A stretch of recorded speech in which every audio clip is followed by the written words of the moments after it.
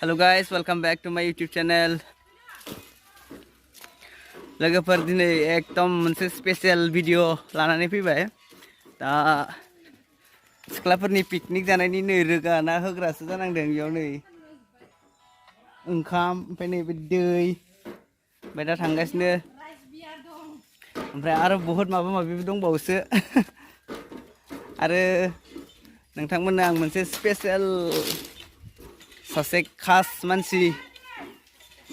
देखायगोन दिनै ओइ र' हेल' लोगोफोर जोंहानाव दिनै सासे स्पेशल गेस्ट फैदों आलासि जोंनि बरबाजार एरियानि नायल' जाल' सासेल' इउटिउबार आरो एक्ट्रिसबो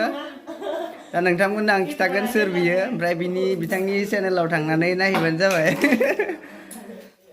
चेनेलनि नामा दोनस्रि फुंखा दा देखायगोन आं एकदम एक्ट्रिस बायदिखा लोगोफोर फसायखागोन नोंसोर नुबा लोगोफोर आं देखायनोसै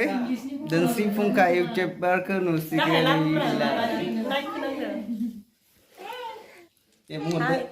खुलुमबाय के ब्लग न नार्जारि के ब्लगाव दिनैसो आङो फार्स्ट टाइम ओमफ्रायो बिथांनि चेनेलखौ आङो एसे सापर्ट खालामनो थाखाय खावलायहरबाय आरोना आसा खालामदों नोंथांमोना एसे सापर्ट खालामना होगोन बिथांनि चेनेला माने दासिमबो 1K साबस्क्राइबार मोनाखै आरो चेनेल खुलिनायाबो बारा गोबाव जाखायाखै बिनिखायनो जल्दि थाबैनो साबस्क्राइब खालामना होनानै 1K साबस्क्राइबार खालामना होबानो जाबाय आरोना ओमफ्राय दिनै जोङो नैबे स्रानाव आलासि जानो फैनानै जा गोथाव जाबाय ओमफ्राय मोजांबो मोनदों गोसोखौ फैनानै आं बेखिनिखौनो बुंबाय फाइनालि जों सिख्लाफोरनि पिकनिक जानायाव मोनफैबाय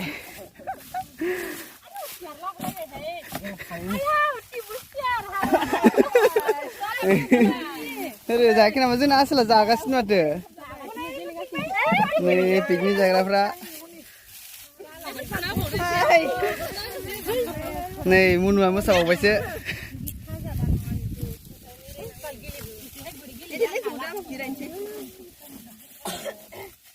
स्टार्टआनो जायाखै दाबो नै मालफ्रा आयौ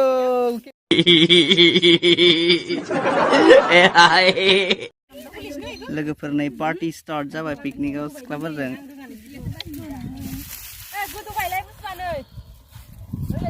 नै बिसिना जायगाया ओमफ्राय जोंना जायगाया दुब्लिबारियाव